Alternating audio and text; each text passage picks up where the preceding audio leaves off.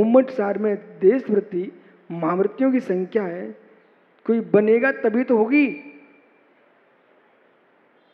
यही लोग संख्या को पूर्ति बना के रखेंगे। इसलिए उनको विपरीत कथन कर देना ये मिथ्योपदेश है। इस बात का ध्यान रखें माताओं, किसी जीव ने व्रती बन रहा है उसको प्रोत्साहन करना, समझाना कि दोष नहीं लगाना, तो समझाना, पर ऐसा मत समझा देना कि बेचारे की दीक्षा लेने के भाव ही समाप्त हो जाए। कोई पूजा पाठ करता हो उसकी पूजा छुड़ा देना। ऐसे भी स्थान है भाई जहां कहा जाता भाई तुम पूजा नहीं करना। कोई देवता के नाम पर पूजा छुड़ा रहे हैं, कोई अध्यात्म के नाम पर पूजा छुड़ा रहे हैं। अरे मित्र समझो, अमृतचंद स्वामी कुंद कुंद जैसे योगी ने प्रवचन सार में स्वयं लिखा हुआ है, सराग अवस्था में मुनिराज को पूजनशील संयम का उपदेश देना चाहिए श्रावकों के लिए। कहाँ लिखा है? प्रवचन सार में। अमृतचंद स्वामी ने लिखा हुआ है, जो अध्यात्म के महान प्रोगा आचार्य हैं, उन्होंने लिखा है प्राशुक द्रव्य, प्राशुक द्रव्य से श्रावकों को दैनिक क्रिया के उपरांत भगवान की पूजा करना चाहिए। तो जो वर्तमान के जो लोग हैं वे क्या आचार्यों के ज्ञान से भी आगे बढ़ गए? मात्र अपने पास अपनी प्रभावना को उद्देश्य बिठाने के लिए उसमें स्वाध्याय करेंगे जिसमें पूजा का समय हो। आप रहस्य समझिए कि जैसे कि अंग्रेजों ने हमारे बच्चों की अध्ययन का समय बदलवा दिया, बोले प्रातः काल अध्ययन कराओ जिससे ये अपने धार्मिक क्रियाकांड न कर पाए। ऐसे यदि संजय पूजा के समय स्वाध्याय कर रहा है, जो पूजा का समय था, और यूं कह रहा भाई स्वाध्याय करो, कहाँ तुम स्वा में लगे हो। हे मित्र, तुम जैन शासन के शत्रु हो, तुम कोई पंडित नहीं हो। स्वाध्याय के काल में स्वाध्याय करो, और स्वाध्याय का जो काल है उसे सुनिए मित्र। पहले समोषण में जाओ। मंदिर क्या है? समोषण। 3 प्रदक्षिणा देश नाय हो पूजा थुत की नहीं। पहले 3 प्रदक्षिण लगाइए। निसंगो हम जिनानाम त्रिप्रतित भक्त्या। सबसे पहले मंदिर जिनाने की परिक्रमा लगाना चाहिए। अब तुम्हारे मंदिर घरों से सटे हुए हैं तो तुम परिक्रमा क्या, कम से कम वेदी की लगा लो। पर राजमार्ग ये है, गृहस्थों के मकान से मंदिर की दीवार टच नहीं होना चाहिए, क्योंकि गृहस्थों के मकान जो हैं ये अशुद्ध हैं। बाकी तुम सब समझदार हो। प्राचीन काल जो मंदिर बनते थे तो मंदिरों की पूरी परिक्रमा रहती थी, मंदिर की परिक्रमा। तो सबसे पहले अंदर नहीं जाना चाहिए, मंदिर की परिक्रमा करना चाहिए, और मंदिर की प्रदक्षिणा लगा करके फिर अंदर निश्चय के प्रवेश करो। और प्रवेश करके पूजा थुत की नहीं, यानी पहले पूजा करो, फिर उनकी देखो भगवान की पहले पूजा करता है। सौधर्मेंद्र समोषण का वर्णन सुनो आप। चक्रवर्ती भी जाते तो पहले पूजा करता है, फिर सहस नाम के स्त्री पढ़ता है, और स्त्री पढ़ने के बाद फिर प्रभु के उपदेश सुनता है। तो श्रावक को क्या करना चाहिए? अब भगवान नहीं है तुम्हारे सामने साक्षात, गुरु भी नहीं है तुम्हारे पास 24 घंटे, तो सबसे पहले प्रातः मंदिर आइए। मंदिर में आकर अभिषेक पूजा करने के बाद फिर आपको प्रवचन सभा यानी समोषण में उपदेश सुनिए। उपदेश सुन करके घर जा करके सीधे भोजन नहीं करने का, अपने द्वार पर खड़े होकर के द्वारा प्रेक्षण करना। जितने धरती के देवता निर्गंत पोधन हैं उनका पड़गान करना, चाहे नगर में साधु हों चाहे ना हों, यानी फिर भी भावना बहाना। कभी कभी ऐसा होता है अचानक तुमको पात्र का लाभ भी हो जाता है, पड़गान करना। और यदि इतना ही कर तो साधु के आहार की बेला टाल करके फिर अपना भोजन करना। और भोजन अकेले नहीं करना, तुम्हारे घर के सदस्य भी धर्मात्मा हैं, कोई ना मिले अपने परिवार के सदस्य को, मंदिर में कोई पुजारी है उसी को बुला के लाओ, उसके साथ भोजन करो। और भोजन के बाद फिर अपना व्यापार करने जाओ। एक गृहस्थ को। और फिर दिन भर व्यापार नहीं करना, दोपहर की सामयिक भी कर लेना। उस सामयिक के उपरांत फिर शाम का समय हो जाए, अंतों के लिए घर पहुंच जाओ। टिफिन नहीं, रास्ते की चली रोटी नहीं खाई जाती। मतलब मुझे सिखाना पड़ रहा है, ये पुरानी बातें इनको सबको पता है, परंतु अब यही ले लगा के भेज देते हैं। तो मालूम, फिर घर में आके भोजन करो, भोजन करके दुकान नहीं जाना, आप दुकान का काम समाप्त हो चुका है। इसके बाद आपको मंदिर जाना है। अब शाम की पूजा करने जाओ। उस शाम की पूजा के लिए उमा स्वामी श्रावकाचार्य में लिखा हुआ है, भगवान की मंगल आरती आदि शाम की पूजा है। और शाम की पूजा करके फिर आप स्वाध्याय करो। कहाँ? मंदिर जी में। उस स्वाध्याय के बाद फिर तुम सामायिक करो। उस सामायिक करके फिर अपने घर आके विश्राम करो। ये श्रावक की चर्या है। टेंशन फ्री जीवन। पुराने लोगों को भिंड में मैंने देखा ऐसा करते हुए। ऐसे से विद्वान हुए दौलत राम बनारसीदास जैसे लोग, जिन्हें नियम ले लिया था कि इतना बिकेगा बस समाप्त। उनकी उतनी बिक्री हो गई, चलो। जयपुर नरेश के यहाँ छोटे दीवान, बड़े दीवान, बहुत दीवान हुए, जैन थे वो लोग। और जयपुर में मंदिर भी है, दीवान का मंदिर, दीवान जी का मंदिर। तो एक घटना ये घटी कि एक अलवर में भी दीवान थे, जैन थे, जयपुर में थे। तो उनके अच्छे काम से प्रभावित होकर के जयपुर नरेश ने कहा कि दीवान जी, हम आपको पुरस्कार देना चाहते हैं, आप जो कहो वो देंगे। स्वामी जो कहे वो दोगे? बोले हाँ। तो मुझे कुछ भी नहीं चाहिए, आपने वचन दिया है। बोले क्यों? नहीं भी मांगता हूं, आप विकल्प मत करो, मैं मांगता हूं। अभी मैं आपके यहाँ 6 घंटे काम करता हूं, उसको 3 घंटे कर दो आप। क्यों?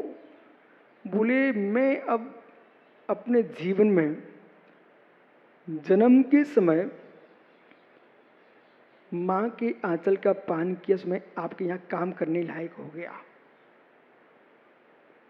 अब मैं उस मां के आंचल का पान करना चाहता हूं जो स्वर्ग में काम करने लायक हो जाऊं।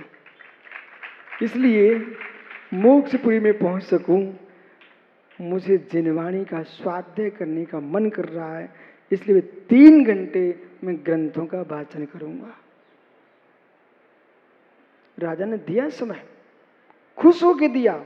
बोले हमारे नगर में, हमारे राज्य में ऐसे धर्मात्मा जीव हैं जिसने जयपुर नरेश से ये भावना व्यक्त नहीं की कि कोई भूमि दे दो, रतन थाल दे दो। वो यूं कह रहा है मुझे जिनवाणी पढ़ने के लिए समय चाहिए।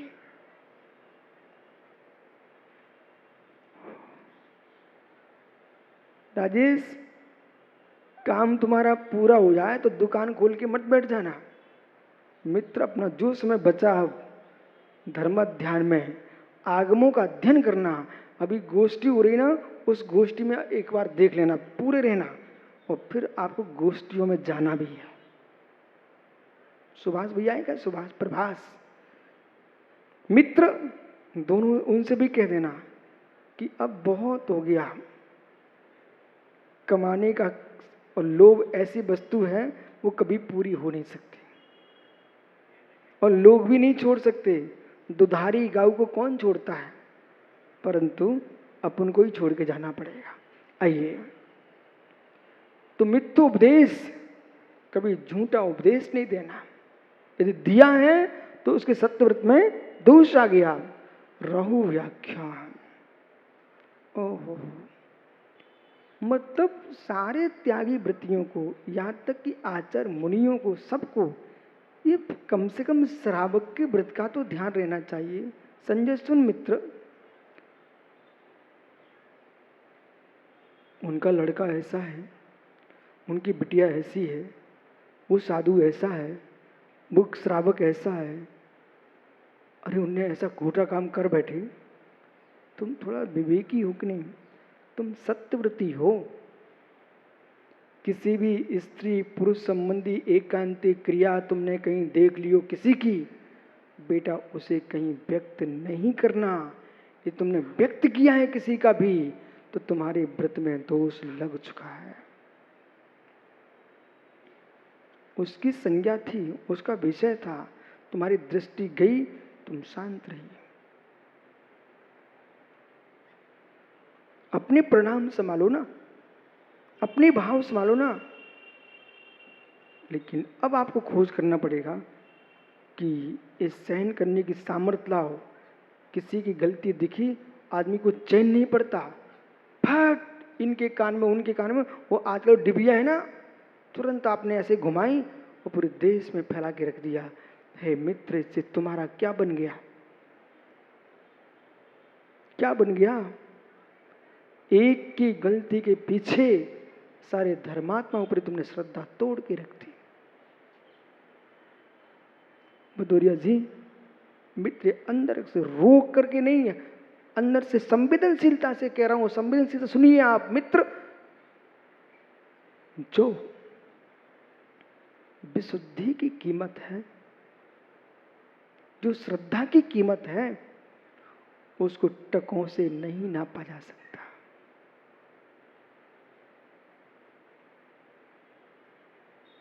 एक किसी व्यक्ति विशेष की गलती से तुमने पूरे धर्मात्माओं पर श्रद्धा तोड़ के रख दी। आखिर में ये युवा, इस समाज के लोग पागल हो जाएंगे। बिना सहारे के तुम जी नहीं सकते हो। धर्म ध्यान भी तुम्हारा सहारे से चल रहा है। आप अभी समझो, समय सार भी मेरे से बनता है तो श्राव का चार भी मैं जानता हूं और मूलाचार भी जानता हूं। यदि आप मेरे से कथा कराना चाहो, विश्वास रखना, मैं बहुत अच्छे से कथावाचक आदमी हूं। कथा बांचू में भदौरिया, आप सब कथा ऐसे सुनोगे जैसे समय सार सुनते हो।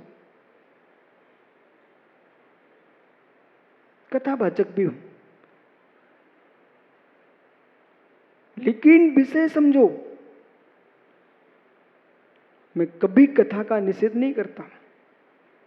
प्रथमा न्यू मर्तख्यानम चरित प्राण पुण्यम बोधि समाधि निधानम बोधत बोध समीचीना।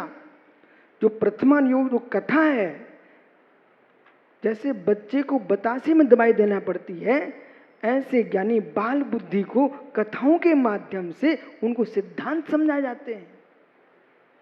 आज सुबह तो कथा की थी मैंने, कैसे शांत बैठे थे। हे मित्र, दृष्टांत के माध्यम से दृष्टांत को समझाया जाता है। आइए, तो कभी भी जीवन में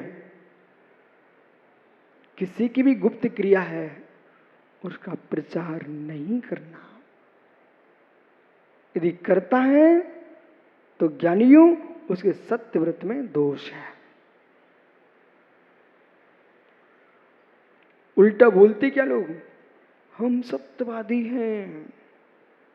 तुमको पता ही नहीं है सत्य होता क्या है। हम सत्य ऐसे करता, हम सत्यवादी हैं।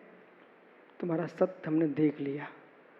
जिसकी बाड़ी में समरस नहीं है, उसका सत्य भी सत्य नहीं है। मित्र, आप धर्मात्मा हो, कीचड़ फैलाना तुम्हारा काम नहीं है। कीचड़ को साफ कर दो ना। मंदिर के फर्श को अपने पैरों की कीचड़ से मलिन मत करो। मंदिर के द्वार पर पानी रखा है, उसे धो के आओ। ऐसे तुम्हारे मन में कीचड़ है, उसे धो के आओ। हमारे समाज और बच्चों के साफ हृदय के फर्शों पर तुम अपने विकारों की कीचड़ मत फैलाओ।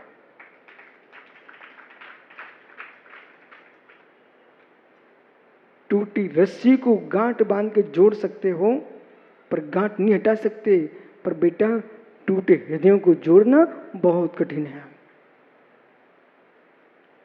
इस सभा में ऐसे ऐसे युवा बैठे हुए हैं, आज भिंड पूरी सिटी में चर्चा है कि महाराज जी, इनको तुमने कहीं मंदिर में नहीं देखा था, अभी धोती दुपट्टा में बैठे हैं। अब तुम ये कहना तो जानती हो, पर ये नहीं जानते हो कितनी मेहनत लगती है बेचारों को श्रद्धा में लगाने के लिए। तुमने क्या किया, इनको भगाओ, इनको हटाओ, इनको जोड़ो, इसमें तुमने जाना है। हे मित्र, किसी के शरीर के 4 टुकड़े कर देना सरल है, पर एक जीव को तुम जीवित कर दो, तुम्हारे पिताजी को चुनौती है।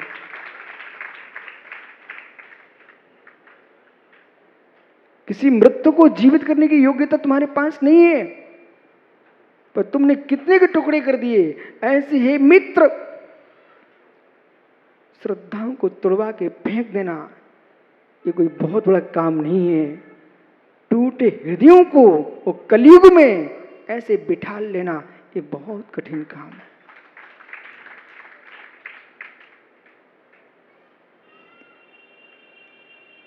संजय झुकना भी पड़ता है, संजय झुकना भी पड़ता है। मोक्ष मार्ग कठोरता का नहीं है, व्रतों का पालन कठोरता से कीजिए, लेकिन जगत के प्रति मृदुता का व्यवहार कीजिए। न्याय नीति समझे बिना व्रतों का अच्छे से पालन कर नहीं सकता। जो सम्राट के गुण होते हैं वो साधु के अंदर आना चाहिए। जो एक अच्छे सहिष्णु राजा के अंदर जो गुण होते हैं पूरे देश को लेके चले, वो साधु के अंदर वे गुण होना चाहिए। पूरे राष्ट्र के संपूर्ण संप्रदायों को, संपूर्ण समाजों को लेके चले, सबको एक ध्वज के सामने बिठा दे। आओ, ज्यादा कुछ नहीं करना, मात्र जैसा लिखा है ऐसा समझ लीजिए, ऐसा समझा दीजिए। अलग से बुद्धि लगाने की आवश्यकता ही नहीं है। अब मेरे से हुई क्या है, आप डांटते हो कि नहीं चेलों को? डांटने की जरूरत ही नहीं है। डंडा तो गाय भैंस को मारे जाते हैं, मनुष्य भी ऐसे ही है तो भगवान बचाओ उनसे। समझा तो रहे हैं, अब समझ जाइए आप। मित्रोपदेश राव व्याख्यान, रहु व्याख्यान, इसमें बड़े बड़े मुनि फैल हैं। रहु व्याख्यान, बड़े पंडित तो पूरे फैल हो चुके बेचारे, एक आध बचे हों देश में। रहु व्याख्यान, कुछ लोगों ने तो उसको बड़ा अपनी वीरता दिखा रहे, वीरता, मैं बहुत वीर हो चुका हूँ। जगत धर्मात्माओं की हंसी करने में वीर हो चुके हैं। बेटा आँख खोल के, आँख बंद करके देख लो, जो तुम दूसरे की हंसी करवा रहे हो वो काम तुम नहीं कर रहे हो क्या?